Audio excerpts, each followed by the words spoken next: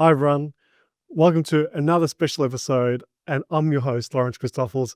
Today, I'm with the absolute pleasure to speak to Julie Holt, who's the creator of the Global Sourcing Expo for over a decade ago now, Julie.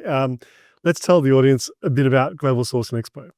Well, thank you, Lawrence, and thank you for the opportunity to speak today. Global Sourcing Expo has two editions in Sydney and Melbourne. It's a B2B event that brings together the international supplier community in apparel, textiles, and footwear to Australia and to connect with important Australian markets in Sydney and Melbourne, but beyond. It's a very important event for the industry, and it has a lot of momentum, especially leading into the upcoming Sydney event in 2 weeks from now. Yeah, really exciting. I think I'm probably right in saying it's one of Australia's biggest expos. Well, Yes, that's right. We've had a lot of commendation about that. It certainly has a very strong international profile. It's particularly important at the moment with all the geopolitical risk that's going on. There's a lot of flux in international trade. You can't beat face to face for resolving supplier issues and finding the best suppliers. And I don't think AI in the digital world will ever replace the value of face to face connection, which is what this show provides. I think you're right. I think it really strengthens AI. Yes, you can do all this, fancy stuff, but the person-to-person, face-to-face opportunities, touch and feel the samples, the products, get to know someone. Nothing will ever beat that.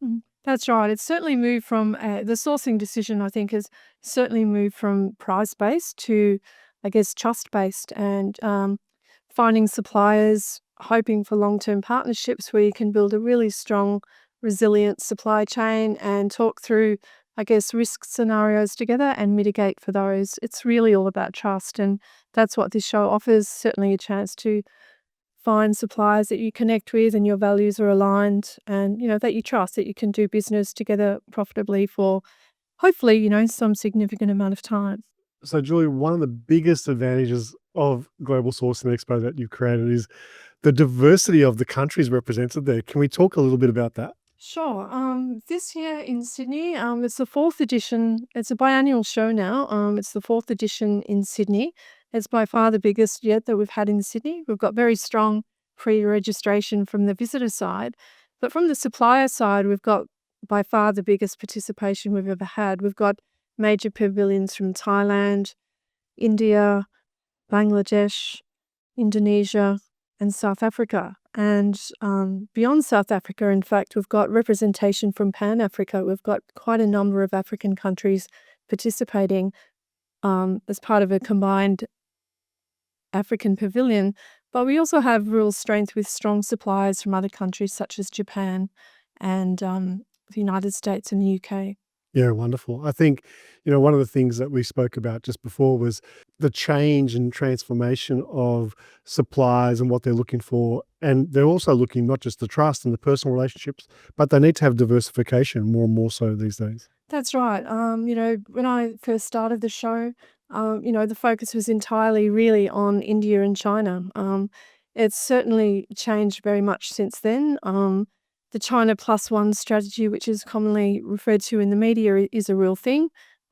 People are looking for, I guess, partnerships, as I alluded to before, that where they can trust that they have a number of different suppliers and strategies in place in the case of, significant disruption, whether it be through changes in economic and trade agreements, tariffs, all sorts of spurious kind of international trade changes. People are really looking to balance their risk, and that is the number one driver for sourcing at the moment, I believe. Yeah.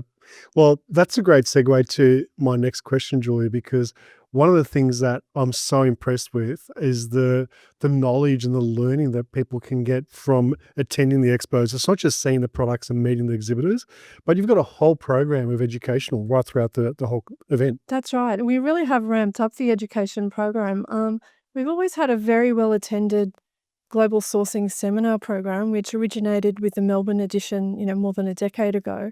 I attend many sourcing events around the world, and I must say that we really punch above our weight in terms of content and attendance. I've been to many other shows around the world where there's hardly anyone attending the seminar program. Ours are usually packed to the rafters, which I think foretells, the interest that the buyers have coming to the show, and they're appetite for knowledge. We have so many strong thought leaders in our seminar program this year, but I've also introduced what we call the Learning Lab, which is an on-floor activation where we have a lot of case studies. We have a number of Ask the Expert sessions, basically feeding into the appetite that the buyers in Australia have for learning and for, success. One of the speakers that we have in the Learning Lab, Joel Perner, is, a wonderful guy. I've had many discussions with him. His story starts in the middle of COVID, where he launched a sourcing brand. Sorry, he launched his own brand in the middle of COVID without any face-to-face interaction with suppliers. But he's learned a lot of lessons along the way, and he's gone on to be very successful in helping other people. So his story is, quite remarkable, and I'm sure that people that attend Learning Lab and his session in particular will walk away inspired. And that's also part of the thing that we're trying to achieve in the show, to inspire people. Well, I think, I've looked at the program and it is absolutely jam-packed with experts, industry leaders, thought leaders. And as you pointed out before, Julie, global trade continues to change, evolve. Whether you're a novice buyer or you've been around for decades, you're always learning something new.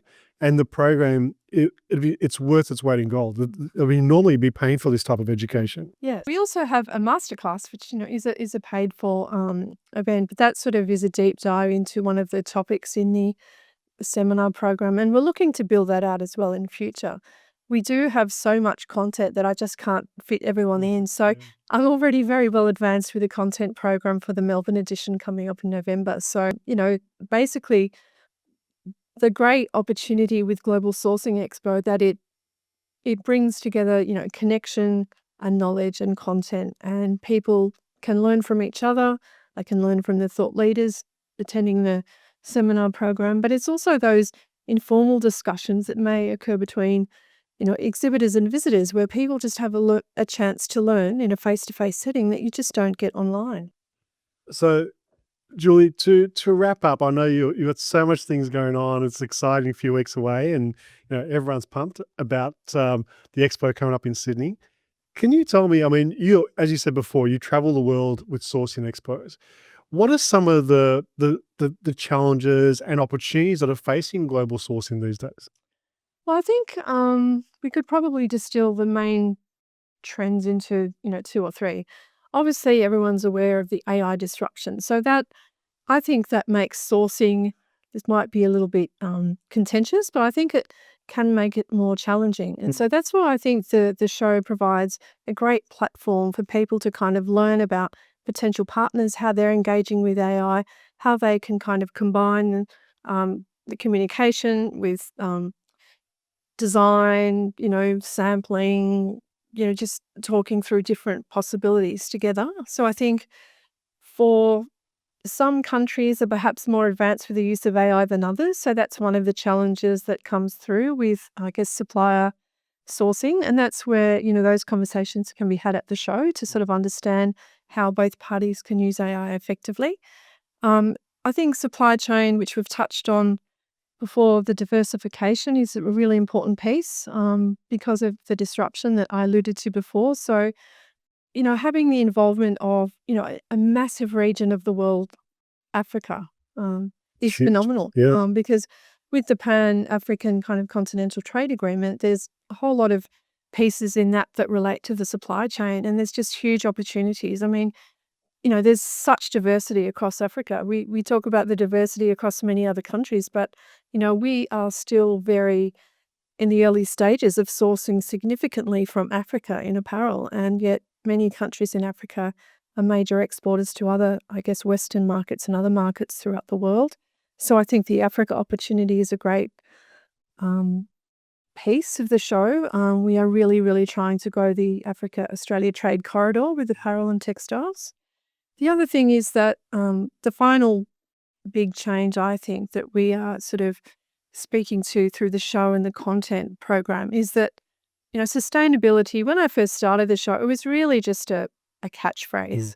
It is now fully embedded into every decision.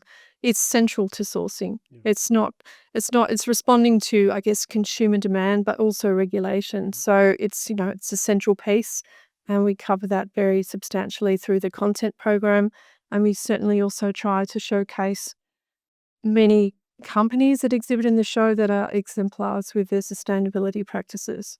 And we have, sustainability and ethical practice is becoming a very, very important part of the show. Yeah.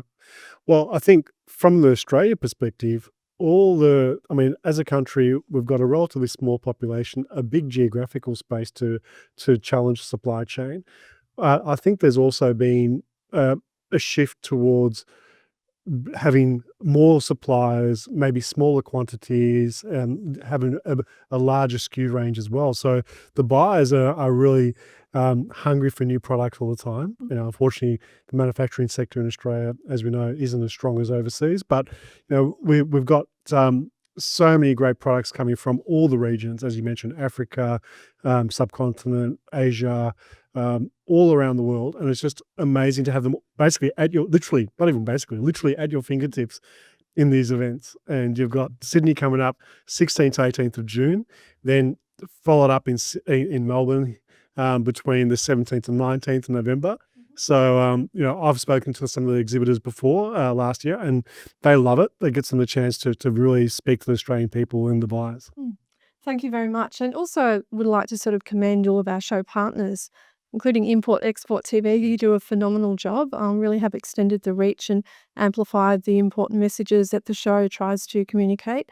But also peak bodies such as the Australian Retailers Association and the Australian Fashion Council, both of whom will be on site at the show, are very, very important in enriching the content around the show and also, I guess, extending the message to, I guess, the relevant audiences. And there'll be a number of Australian fashion designers also on show at the expo, and we're very, very pleased to do that as well.